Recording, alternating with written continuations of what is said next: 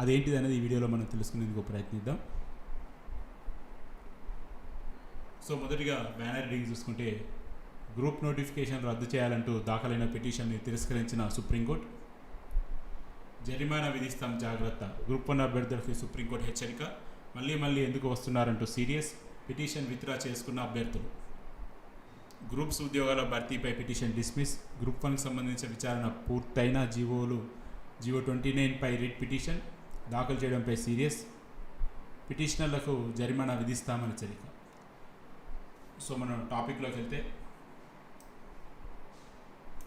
So ఒకటి క్లారిటీగా అర్థం చేసుకోవాల్సింది ఏంటంటే అందరు కూడా, ఇది కేవలం గ్రూప్ 1కి సంబంధించిన కేసు కాదు. ఎంటైర్ జీవో 29, 55, 33, 130, 96, 10, ఆర్టికల్ 14, 19, 21కి సంబంధించి ఎంటైర్ జీవోస్ మీద కలిపి వీళ్ళు కేసు వేయడం జరిగింది. అదేవిధంగా జీవో 29 రాజ్యాంగబద్ధమా కాదా అని చెప్పి వీళ్ళు కేసు ఫైల్ చేయడం జరిగింది. కొన్ని పత్రికలు గ్రూప్ 1 అని చెప్పి మెన్షన్ చేయడం వల్ల అభ్యర్థులు ఒక రకమైన అయోమయానికి గురవుతున్నారు. బట్ అలా అయోమయానికి అవసరం లేదు, ఎందుకంటే వీళ్ళు క్లియర్గా అన్ని జీవోల మీద కలిపి కేసు ఫైల్ చేయడం జరిగింది. బట్ ఇక్కడ వాదనలలో జరిగినటువంటి సిచ్యువేషన్ని బేస్ చేసుకొని వీళ్ళు హెడ్డింగ్ ఇవ్వడం జరిగింది. సో అంతే తప్ప ఇది కేవలం గ్రూప్ 1కి సంబంధించిన కేసు కాదు. సో ఈ టాపిక్లోకి వెళ్తే, తెలంగాణ పబ్లిక్ సర్వీస్ కమిషన్ జారీ చేసినటువంటి గ్రూప్ 1, 2, 3 నోటిఫికేషన్ రద్దు చేయాలని కోరుతూ కొందరు దాఖలు చేసిన పిటిషన్ని సుప్రీంకోర్టు తిరస్కరించింది. శుక్రవారం దీనిపై విచారించిన ధర్మాసనం ఈ మేరకు ఉత్తర్వులు జారీ చేసింది.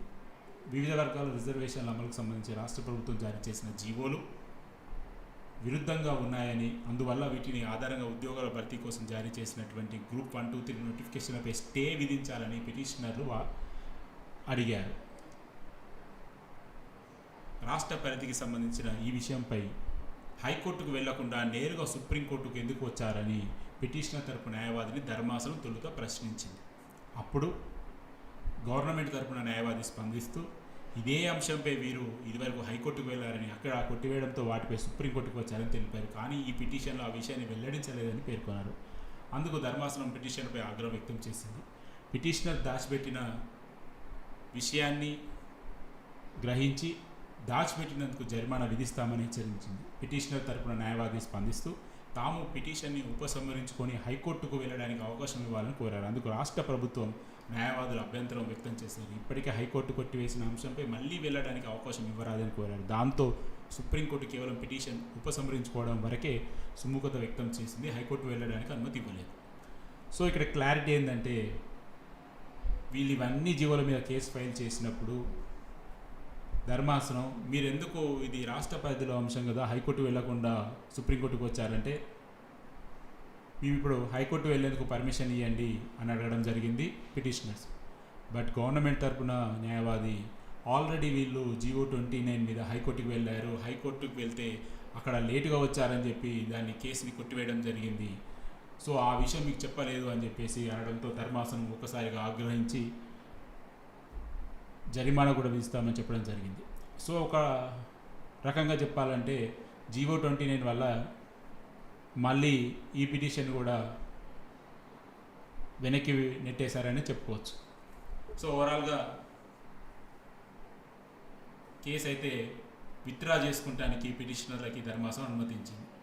సో ఇక్కడ మనం క్లారిటీగా చూసుకోవాలంటే, ప్రస్తుతం ఎస్టీ రిజర్వేషన్ సంబంధించిన కేసు ఇంకా గౌరవ తెలంగాణ హైకోర్టులో వాదన దశలోనే ఉంది, ఇంకా జడ్జిమెంట్ రాలేదు.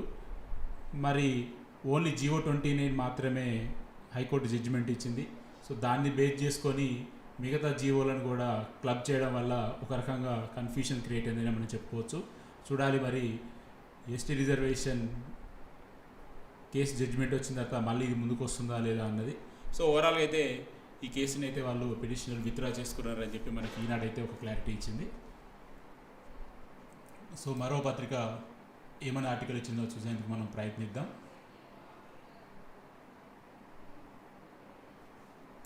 సో సాక్షి ఇచ్చినటువంటి ఆర్టికల్ చూద్దాం. మీ ఇష్టం వచ్చినట్లు ఒకే విషయం మీద పదే న్యాయస్థానాన్ని ఆశ్రయిస్తే జరిమానా విధించాల్సి వస్తుంది, జాగ్రత్త అని గ్రూప్ 1 అభ్యర్థులకు సుప్రీంకోర్టు హెచ్చరించింది. ఈ విషయం గతంలో కొందరు కోర్టుకు ఆశ్రయించారు. పరీక్షలు అయ్యాక దీనిపై వాదనలు అవసరమని అప్పుడే మేము ప్రశ్నించాం. ఆ పిటిషన్ డిస్మిస్ చేశాం. మళ్ళీ ఇప్పుడు మీరు ఎందుకు వచ్చారు? మేము డిస్మిస్ చేసిన పిటిషన్ మీకు తెలియదా అంటూ నిలదీసింది. సుప్రీంకోర్టు ఆగ్రహం వ్యక్తం చేయడంతో అభ్యర్థులు పిటిషన్ విత్డ్రా చేసుకున్నారు. ఆ పిటిషన్ విత్డ్రాకి ధర్మాసనం అనుమతించింది. గ్రూప్ 1, 2, 3 నోటిఫికేషన్కి సంబంధించి జీవో 29, జీవో 33 పిహెచ్ రిజర్వేషన్లు వర్టికల్గా అమలు చేయడానికి సవాల్ చేస్తూ 12 మంది 370 పేజీలతో కూడినటువంటి రిట్ పిటిషన్ని ఏప్రిల్ 30న సుప్రీంకోర్టులో దాఖలు చేశారు. దీనిపై శుక్రవారం విచారణ జరిపిన ధర్మాసనం రాష్ట్ర ప్రభుత్వం తరపున అడ్వకేట్ హాజరయ్యారు. గ్రూప్ 1 నోటిఫికేషన్ వ్యవహారంలో జీవో 29 రద్దు అంశంపై సుప్రీంకోర్టులో విచారణ జరిపి కొట్టివేసిందని గవర్నమెంట్ తరపున అడ్వకేట్ ధర్మాసనం దృష్టికి తీసుకెళ్లారు. ఈ విషయాన్ని పరిగణలోకి తీసుకున్న ధర్మాసనం అభ్యర్థులు సీరియస్ అయింది. పిటిషన్లో కొత్తగా ఏముంది, ఒకే అంశంపై ఇంతమంది ఎన్నిసార్లు ఎందుకు ఇలా చేస్తే ధర్మాన విధిస్తాం అని వివరించింది. దీంతో పిటిషన్ విత్డ్రా చేసుకునేందుకు అనుమతించాలని అభ్యర్థించగా ధర్మాసనం అంగీకరించింది. సో ఇక్కడ క్లారిటీ ఏంటంటే జీవో 29 మీద ఏమైతే జరిగిందో దాన్ని ప్రభుత్వం మళ్ళీ ధర్మాసనం ముందు వీళ్ళు ఆల్రెడీ వచ్చేసారు జీవో 29, దాన్ని హైకోర్టు కొట్టివేయడం కూడా జరిగింది లేటుగా వచ్చారనే కారణంతో. సో దాన్ని మళ్ళీ ధర్మాసనం ముందు చెప్పడంతో సుప్రీంకోర్టు ఆగ్రహించి ఈ కేసు మీద సీరియస్ కావడంతో పిటిషనర్లు పిటిషన్ విత్డ్రా తీసుకోవడం జరిగింది. బట్ ఇక్కడ గమనించాల్సింది ఏంటంటే ఎస్టీ రిజర్వేషన్ అనేది ఇంకా స్టిల్ హైకోర్టులో విచారణ దశలో మాత్రమే ఉంది. చూడాలి మరి దాని జడ్జిమెంట్ వచ్చిన తర్వాత మళ్ళీ ఈ కేసు ముందుకు వస్తుందా లేదా అన్నది. సో మనకి వెలుగు దినపత్రిక క్లియర్గా ఒక క్లారిటీ అయితే ఇచ్చింది, డిస్మిస్ అండ్ విత్డ్రాకి కోర్టు అనుమతించిందని. సో ఇప్పటిదాకా అక్కడ విత్డ్రాకి మాత్రమే అనుమతించారని చెప్పింది, ఇక్కడ డిస్మిస్ అండ్ విత్డ్రా అని చెప్పేసి కూడా చెప్తున్నారు. సో ఇక్కడ సాక్షి అండ్ వెలుగు దినపత్రికలో గ్రూప్ 1 నోటిఫికేషన్ వ్యవహారంలో జీవో 29 అని చెప్పి క్లియర్గా ఇచ్చారు. సో వీళ్ళు ఇప్పుడు జీవో 29ని హైలైట్ చేశారు. జీవో 29లో ఆల్రెడీ తీర్పు వచ్చింది అని చెప్పేసి చెప్పడంతో ధర్మాసనం ఒకే అంశం మీద ఎన్నిసార్లు వస్తారని చెప్పింది. బట్ ఇక్కడ ఎస్టీఏ సంబంధించినటువంటి జడ్జిమెంట్ మీద వీళ్ళు లోతుగా చూడనట్టు కనబడుతుంది. మరి చూడాలి ఓవరాల్గా ఎస్టీ రిజర్వేషన్ మీద ధర్మాసనం తెలంగాణ హైకోర్టు ధర్మాసనం జడ్జిమెంట్ ఇచ్చిన తర్వాత మళ్ళీ ఈ కేసు ముందుకు వస్తుందో లేదో చూడాలి. సో ఓవరాల్గా అయితే అన్ని జీవోల మీద ఫైల్ చేసినటువంటి కేసు అయితే పిటిషనర్లు విత్డ్రా చేసుకున్నారు, అందులో డౌట్ ఏం లేదు క్లియర్గా. సో ఇది ఓవరాల్గా ఒక గ్రూప్ 1కి సంబంధించిన అంశం అయితే కాదు. చూద్దాం మరి